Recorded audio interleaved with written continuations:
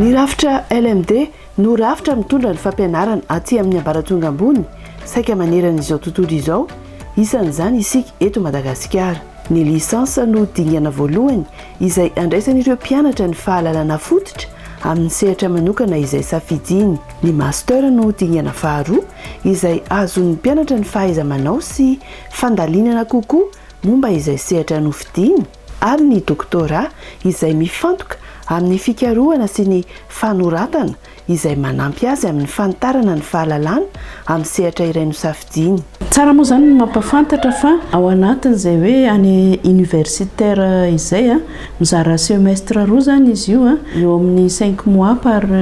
semestre eo zany misy ny évaluation ny examen ary toy izany koa ny semestre faharoa dia eo zany vao validé ny notre rehetra nandritra ny any universitaire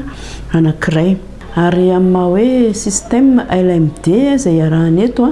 dia mahazo vahana kokoa ny asa fikarohana izay ataon'ny mpianatra. Isan'ny fandalinana misongadina nataon'ny mpianatra master nivoaka farany teo tao amin'ny lalam-piofanana asa sosialy ity. Fijerena manokana ireo olona marenina nampiasana sy ny fehezana ny teknôlôjia mba ho lasa fitaovana mahomby anampy sy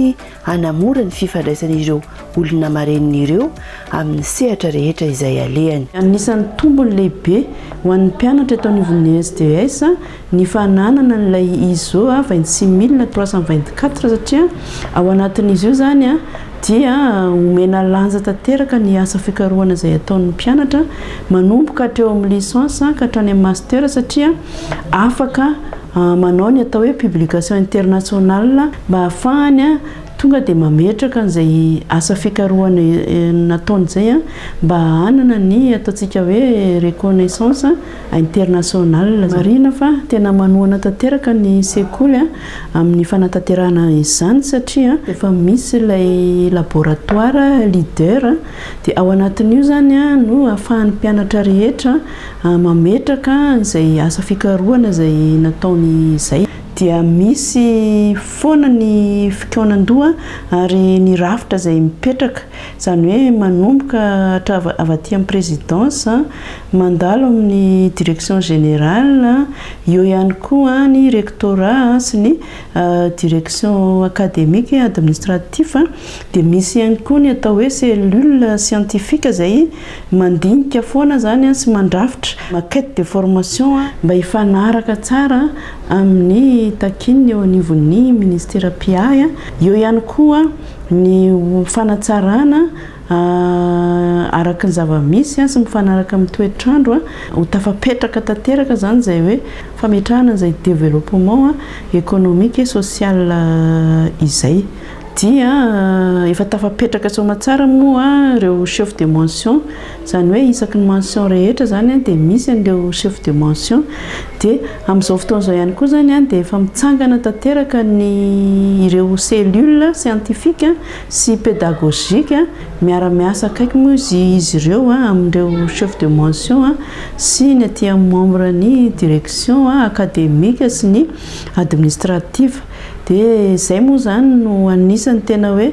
paikady apetraka mba natsarana tanteraka ny fampiofana. Manodidina ny 2 taona teo eo izay no efa namolavolany plateforme leader. Azo atao hoe vitsy dia vitsy ihany koa zany raha mba tsy lazana hoe tsy misy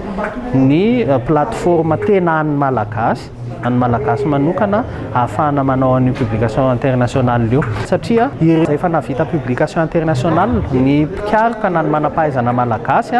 dia saika mpianatra avy any amin'ny université avy any ivelany izy ireny ny ankamaroany. Ankoatran'izay hoe nanao publication internationale amin'ny plateforme izay mampiakatra ny ranking ny firenena hafa satria betsaka ny malagasy manao publication internationale amin'ny plateforme africaine ohatra, dia ireny zany mampiakatra an'ilay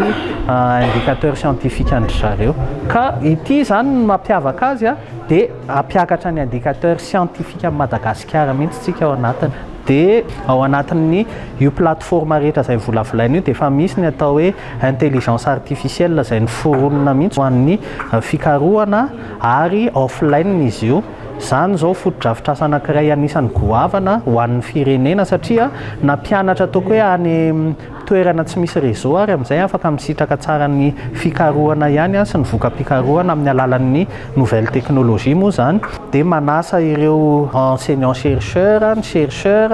ny doctorant, ireo le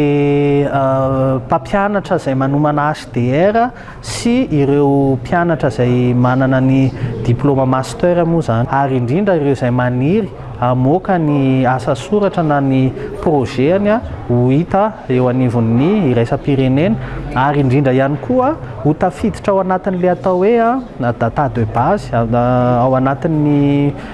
base internationale ny enseignant chercheur na chercheur izany le olona dia ao anatin'izay mihitatra tsikelikely izy io ahafahana mametraka an'izay le foto-drafitrasa izay ho an'ny firenena iray manontolo mihitsy. Mampikaroka ana dia maniry ny hamoaka article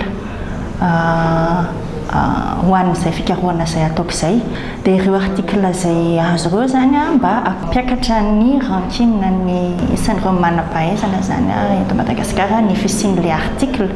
dia ny faharoany misy ihany koa ilay fampiofanana izay natao momba ny resaka hoe aiza ho aiza moa ny fidiran'ny IA ao anatin'ny sehatry ny fikarohana sy ny fampiasana azy ao anatin'ny resaka fanaovana article. Maro manam-pahaizana isika malagasy saingy tsy hita taratra loatra noho ny fahasarotana amin'ny fanaovana ny renti-raisam-pirenena na publication internationale. Dia inona tokoa moa ny ilana an'izany hoe publication internationale zany ahafahana mampandroso ny firenena ve le izy inona ny zavatra hoentiny eo anivon'ny fiainana andavanandro. Laboratoire leader zany dia efa manana an'ilay atao hoe ISO 26324 ao ihany koa ny ISO izay ahafahana mahazo numéro SSN rehefa ao aoriana kely OBI ISO zany io laboratoire leader io atoato dia efa afaka tsara mamoaka ny asa soratra siantifika ho fantatro izao tontolo izao amin'ny plateforme rehetrarehetra izay misy maneran-tany dia rehefa mahavita an'ilay atelier izy dia efa afaka miasa sahady mampianatra manoro ny mpiofana namana zany afaka hisehatra amin'izay publication internationale izay. Afaka manaraka ny fiofanana sy miomana amin'ny fanaovana izany renti-raisam-pirenena na publication internationale izany ireo mpianatra, ireo mpampianatra mpikaroka, ireo profesora sy manam-pahaizana hafa toy ny dokotera. Dia mazava ho azy fa itoy ary hitatra maneran'izao tontolo izao ny plateforme izay atsangantsika eto Madagasikara ahafahana mampiakatra faran'izay aingana ny tany isan'ny manam-pahaizana fantatra maneran-tany zany. Tena namaly ary maniry mba hisy hafa indrindra fa ho an'ireo namana izay mbola ao anatin'ny seha-pikarohana amin'izao satria araka le lohatenin-kevitra ilay laboratoire leader tsy izay ihany fa maro be ny olana sedrain'ny mpikaroka eto Madagasikara ankoatra ny resaka publication fa na ny resa-bola na ny resaka ao anatin'ilay sehatra mihitsy dia azo atao no mifampiresaka amin'ilay izy ao anatin'izay tamin'ity formation ity dia maniry zany mba hisiny izay manaraka mba hoe hifanampy zany le mpikaroka malagasy satria hita le fahasahiranana dia mba afaka mifanampy na hoe torohevitra ihany ary. Isan-kendrena manokana ihany koa ireo mpianatra nivoaka master ka manomana ny fianarana amin'ny doctorat any dia omena azy ireo paikady sy ny fenitra rehetra ary ireo pitsopitso miandry azy ahafahany miroso avy hatrany ao aorian'ny fahavitan'ny fianarany. Ao anatin'ny fanarahana ny rafitra LMD hatrany isitraka sahady ireo tombotsoa rehetra ireo ireto mpianatra vao niditra farany ireto. Jery foana ny ataontsika hoe paikady rehetra hoentina mametraka ny ataontsika hoe kalitaony zany fampianarana ambonin'izany ka manao ny atrikasa izay ikonandoha miaraka amin'ireo mpampianatra ireo chef de mention ahafahana tena hoe mametraka an'izany fampianarana formation sy ny kalitaon'ny formation zany mifanaraka amin'izay takilony eo anivony enseignement supérieur any amin'ny mpampianatra ihany koa no tena nisy ataontsika hoe la clé ahafahana tena hoe mametraka zany lanja fampianarana zany ary izy ireo moa zany dia anisan'ny tena mandray andraikitra mandray anjara tanteraka mihitsy amin'ny izay hoe fiatrehana izay atrikasa izay ary eo no mena ny torolalana rehetra hoentina mametraka tanteraka n'izany hoe fampianarana ambony izany